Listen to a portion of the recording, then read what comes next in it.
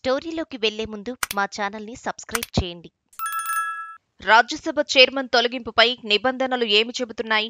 ప్రస్తుతం జరుగుతున్న పార్లమెంటు శీతాకాల సమావేశాల్లో రాజ్యసభ చైర్మన్ జగదీప్ ధన్కర్ పై అవిశ్వాస తీర్మానం ప్రవేశపెట్టేందుకు ప్రతిపక్షాలు సిద్ధమవుతున్నాయని కథనాలొస్తున్నాయి. ఈ క్రమంలో ఆర్టికల్ 67(b) కింద తృణమూల్ కాంగ్రెస్, సమాజ్వాద్ పార్టీ ఎంపీలు ఇప్పటికే నోటీసులపై సంతకాలు చేశారని అంటున్నారు. అవును, రాజ్యసభ చైర్మన్ జగదీప్ ధన్కర్ పై ప్రతిపక్షం అవిశ్వాస తీర్మానాన్ని ప్రవేశపెడుతున్నట్లు చెబుతున్నారు.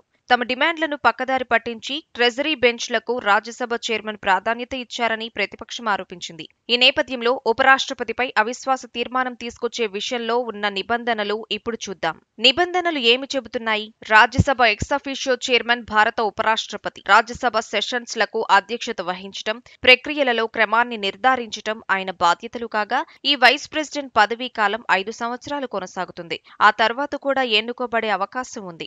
అయితే భారత రాజ్యాంగంలోని ఆర్టికల్ 67(b) ప్రకారం రాజ్యసభ ఆమోదించిన తీర్మానం ద్వారా ఉపరాష్ట్రపతిని పదవి నుంచి తొలగించవచ్చు. దీనికోసం రాజ్యసభలో మెజారిటీ సభ్యులు ఆమోదించాల్సి ఉంటుంది. ఇదే సమయంలో తీర్మానానికి కనీసం 14 రోజుల ముందు నోటీసు ఇవ్వాలి. ఇదే సమయంలో తీర్మానాన్ని ప్రారంభించే ఉద్దేశాన్ని నోటీసు స్పష్టంగా పేర్కొనాలి. దానికి గల కారణాలను వివరించాలి. గతంలో కూడా ప్రయత్నాలు జరిగాయా?